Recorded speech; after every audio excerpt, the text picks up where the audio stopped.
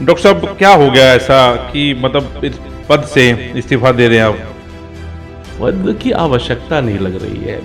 Important है सेवा करने के लिए, पद की आवश्यकता नहीं है। पद आपको बैठे बैठे मिल गया, लोग तो इस चीज़ को तरसते हैं यार कि पद मिल गया, क्योंकि 26 पार्षद जीत के आए हैं, पैसा भी लगा है उनपे, और आपको बैठे बैठाई ये चीज़ें मिल गई। जिस परिवेश से मैं आता हूँ, मुझे ऐसा लगता है कि मुझे इलेक्टोरल पॉलिटिक्स में इन्वॉल्व नहीं होना चाहिए, ना आज होना चाहिए, ना भविष्य में कभी होना चाहिए। दुखी हैं आप इस पॉलिटिक्स से? तो क्या दिमाग में आई और कब ये सोचा कि मैं दूर हो जाऊंगा इस पॉलिटिक्स से? ठुकराना नहीं होता है, मैं इसको ससम्मान वापस कर रहा हूँ। कल को एमएलए की मिल जाइए, एमपी की मिल गई, फिर भी आप करेंगे कि मैंने नहीं करनी है? आजीवन जीवन के अंतिम क्षण तक, जब तक मेरी सांस चल रही है, भारतीय जनता पार्टी के नियमित कार्यकर्ता के रूप में कार्य करूंगा। और कि बीजेपी का एक धड़ा नहीं, जो धड़े अलग अलग थे वो सारे धड़े जो है आपका विरोध कर रहे थे। हमारे पास बुल्ले शाहजी आते, हमारे पास वाई आता, हमारे पास जेड आता, हम अपने अस्पताल में या अपने घर में किसी को भगा नहीं सकते। नमस्कार, आप देख रहे हैं वॉइस ऑफ पानीपत और मैं हूं आपके साथ कुलवंत सिंह। 5 अगस्त का वो दिन जब पानीपत में नगर निगम में 3 मनोनीत सदस्यों ने वचन लिया कि शहर के लिए जो है काम करेंगे, और कसम भी खाई कि अच्छा प्रयास जो है करेंगे। लेकिन एकाएक बड़ी खबर ये आ जाती है कि जो मनोनीत पार्षद जो बने हैं एक, वो अपने पद से इस्तीफा दे रहे हैं। यहाँ बड़ी खबर है कि पद से इस्तीफा दिया जा रहा है, और वो हैं आईबीएम अस्पताल के संचालक डॉक्टर गौरव श्रीवास्तव। डॉक्टर गौरव श्रीवास्तव को तब पता लगा जब वो हिमाचल में थे कि एकाएक खबर आई कि उन्हें जो है मनोनीत पार्षद बना दिया गया। लेकिन अब एकाएक इस खबर ने सबको चौंका दिया है कि वो खुद जो है इस्तीफा दे रहे हैं इस पद से। मेरे साथ खुद जो है डॉक्टर गौरव श्रीवास्तव, इनसे बातचीत करते हैं। डॉक्टर साहब क्या हो गया ऐसा कि मतलब इस पद से इस्तीफा दे रहे हैं आप? पद की आवश्यकता नहीं लग रही है। इम्पोर्टेंट है सेवा करने के लिए, पद की आवश्यकता नहीं होती। और मैं भारतीय जनता पार्टी का कर्मठ कार्यकर्ता हूँ और जीवन भर इस पद पे रहना चाहता हूँ। वो है कार्यकर्ता का पद, और संगठनात्मक कार्य करना चाहता हूँ, और वो मैं करता रहूँगा। आज भी कर रहा हूँ और अपने जीवन के अंतिम क्षणों तक करता रहूँगा। लेकिन एकाएक ऐसा क्या हो गया? अभी तो 5 तारीख को भी तो दिन ही नहीं है, अभी तो आपकी पहली मीटिंग भी नहीं हुई आपकी नगर निगम की। नहीं, ये एकाएक नहीं हो गया। ये हमारे परिवार में, घर में ये सारी चीज़ें काफ़ी दिनों से चल रही थी। और जिस परिवेश से मैं आता हूँ, मुझे ऐसा लगता है कि मुझे इलेक्टोरल पॉलिटिक्स में इन्वॉल्व नहीं होना चाहिए, ना आज होना चाहिए, ना भविष्य में कभी होना चाहिए। जीवन भर कार्य करूँगा, पार्टी के लिए कार्य करूँगा, अपने शीर्ष नेतृत्व के लिए कार्य करूँगा, लेकिन जीवन में कभी भी इलेक्टोरल पॉलिटिक्स से दूर रहूँगा। इलेक्ट्रोल पॉलिटिक्स का मतलब थोड़ा सा जो नहीं समझ रहे हैं उनको समझा दीजिए। चुनावगत राजनीति से जीवन भर दूर रहूँगा। मतलब पर्दे के आगे वाली जो राजनीति, जो नेताओं वाली राजनीति है, उस राजनीति से आप तौबा कर रहे हैं? आजीवन, आजीवन मैं किसी भी इलेक्टोरल पॉलिटिक्स में जीवन के किसी भी क्षण में नहीं आऊँगा, चाहे वो किसी भी तरह का पद हो इलेक्टोरल पॉलिटिक्स का। कल को एमएलए की मिल जाइए, एमपी की मिल गई, फिर भी आप करेंगे कि मैंने नहीं करनी है?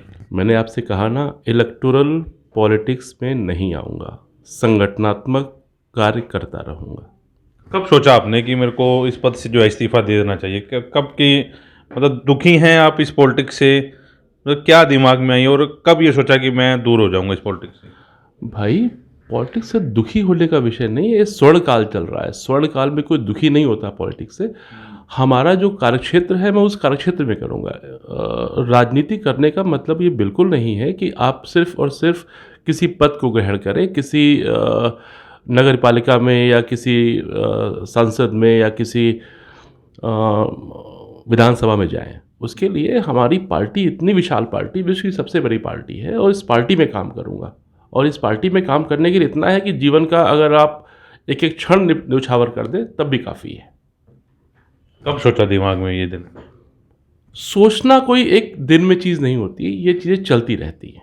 और जब आज मुझे ऐसा लग रहा है कि हाँ करना चाहिए, तो इसलिए मैंने कर दिया। इस बारे में आपकी बात हुई जिलाध्यक्ष से या किसी और बड़े नेता से कि मैं इस पद से इस्तीफा दे रहा हूँ? अभी तक मैंने एक बार माननीय अध्यक्ष जी से डिस्कशन किया था, तो कोई सीधी बात नहीं हुई थी। अब मैं आज पुनः बात करूंगा इस विषय पे। ये कन्फर्म है कि इस इंटरव्यू के बाद आप बिल्कुल इस्तीफ़ा दे देंगे, या अभी इस्तीफ़ा दे रहे हैं, या सोच रहे हैं कि मैं बोरला हूँ, अभी किसी बड़े नेता का फ़ोन आ जाए मनाने के लिए? भैया, मनाने का विषय वहाँ होता है जहाँ पर कोई नाराज़गी हो। मैंने आपसे क्या कहा, आजीवन जीवन के अंतिम क्षण तक, जब तक मेरी सांस चल रही है, भारतीय जनता पार्टी के नियमित कार्यकर्ता के रूप में कार्य करूंगा और संगठनात्मक कार्यों में हमेशा इन्वॉल्व रहूंगा। तो फिर आपने कसम क्यों खाई उस दिन पद और गोपनीयता की? पद और गोपनीयता की निश्चित तौर पे मुझे ये डिसीजन पहले ले लेना चाहिए था। कुछ पारिवारिक चीज़ें थी जिनको ये लगा कि हाँ, मुझे अब नहीं इन्वॉल्व होना चाहिए, इस तरह की चीज़ों में इन्वॉल्व नहीं होना चाहिए, इस वजह से फाइनल डिसीजन लिया गया। क्योंकि आप कह रहे हैं कि पार्टी हमारी बहुत बड़ी है, और पद आपको बैठे बैठे मिल गया। लोग तो इस चीज़ को तरसते हैं यार कि पद मिल गया, क्योंकि 26 पार्षद जीत के आए हैं, पैसा भी लगा है उनके, और आपको बैठे बैठाए ये चीज़ें मिल गई, और आप बैठे बैठाए इस चीज़ को ठुकरा रहे हैं। बट फिर आपका शब्द थोड़े से चयन गलत है। ठुकराना नहीं होता है, मैं इसको ससम्मान वापस कर रहा हूँ। पार्टी में जिनको इस क्षेत्र में काम करने के लिए बहुत सारे लोग हैं जो बहुत अच्छा कर रहे हैं, और हमारा जो कार्य, हमारा कार्य क्षेत्र ये नहीं बन पा रहा है। मुझे लगता है कि मैं इस पर न्याय नहीं कर पाऊंगा। न्याय ना कर पाने की वजह से मैं अपने आप को किसी भी चीज़ में कार्य की दृष्टि से पीछे रखना नहीं चाहता हूँ, और मुझे ऐसा लग रहा है कि मैं इस परिवेश में अपने आप को जस्टिफाई नहीं करा पाऊंगा, 100% दे नहीं पाऊंगा। और जब तक मैं 100% दे नहीं पाऊँ किसी भी कार्य में, चाहे वो मैं अपने प्रोफेशनल काम में हो और चाहे इन चीज़ों में हो, तब तक मुझे सुकून नहीं मिलता है। कहीं ऐसा तो नहीं है कि आप सोचते हो कि ये पद जो है मेरे हिसाब से ठीक नहीं मिला मेरे को?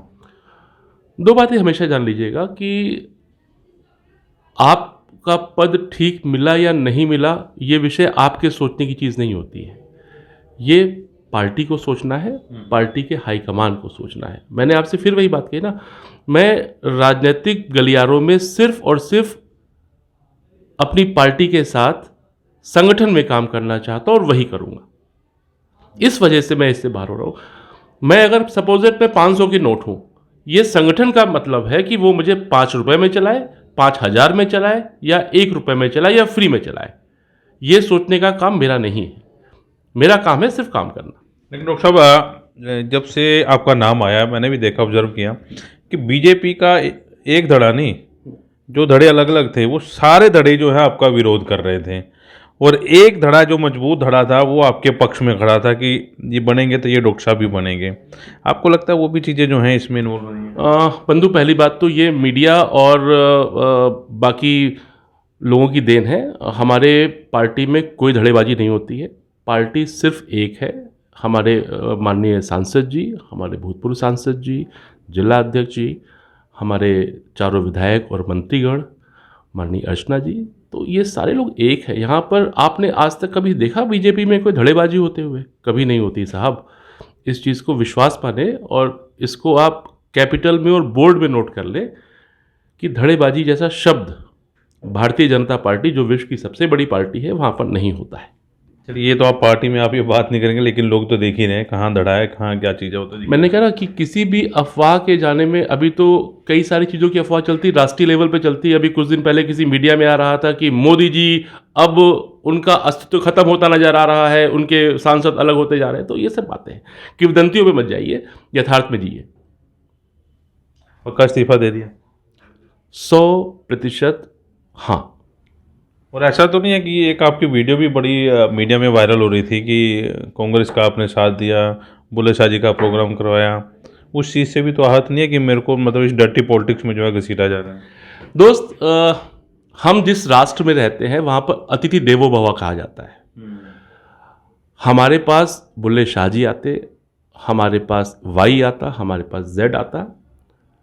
हम अपने अस्पताल में या अपने घर में किसी को भगा नहीं सकते। और मैं आपके चैनल के माध्यम से ये बताना चाहता हूँ कि जिस समय हमारे अस्पताल में वो आए, शायद ऐसा पहला और अकेला व्यक्ति मैं रहा हूँगा जिन्होंने सीधे मंच पे बोला अपने अस्पताल में, मेरे स्टाफ सारे बैठे हुए थे, कि ये आदमी तो बहुत अच्छे हैं, लेकिन मेरी मजबूरी है कि मैं किसी माहिष्मती की कुर्सी से बंधा हूँ और वहाँ से मैं हिल भी नहीं सकता हूँ। तो मेरा वोट तो कमल पे था, कमल पे है और कमल पे ही रहेगा। तो वो प्रोग्राम जो कांग्रेस ने करवाया था, या कैसे प्रोग्राम कैसे ऑर्गेनाइज हुआ? Not a programme. कोई भी आपके अस्पताल में आ रहा है और आपसे ये अपेक्षा कर रहा है कि आप अस्पताल में अपने स्टाफ से बात करवा दीजिए, तो आप मना नहीं कर सकते हो। ठीक है, अतिथि देवो भव की चीज़ें आपके पास हमेशा रहेगी और वह उसी चीज़ को पालन करता हूँ। अच्छा, आपकी आईएमए आपके एसोसिएशन से बात हुई इस बारे में कि यार मैं दूर हो रहा हूँ इस चीज़ से? नहीं, मेरी किसी से कोई बात नहीं हुई है और अब आपके माध्यम से लोगों को पता चल ही जाएगा। लेकिन उनको तो विश्वास में लेना था ना, क्योंकि शहर में बड़े बड़े बैनर तो उनके नाम पे लगे थे आईएमए को प्रतिनिधित्व। दोस्त आप बिल्कुल सही कह रहे हो। विश्वास में मैं आईएमए के साथ में पिछले 16 सालों से काम कर रहा हूँ और मुझे लगता है कि आज मेरी उम्र 46 ईयर्स है और अगले 70 साल की तो उम्र होगी मेरी, मुझे ऐसा लगता है। स्वास्थ्य ठीक चल रहा है तो 70 साल तक भी आईएमए के साथ काम करूँगा, आईएमए के लिए काम करूँगा और मजबूती के साथ काम करूँगा।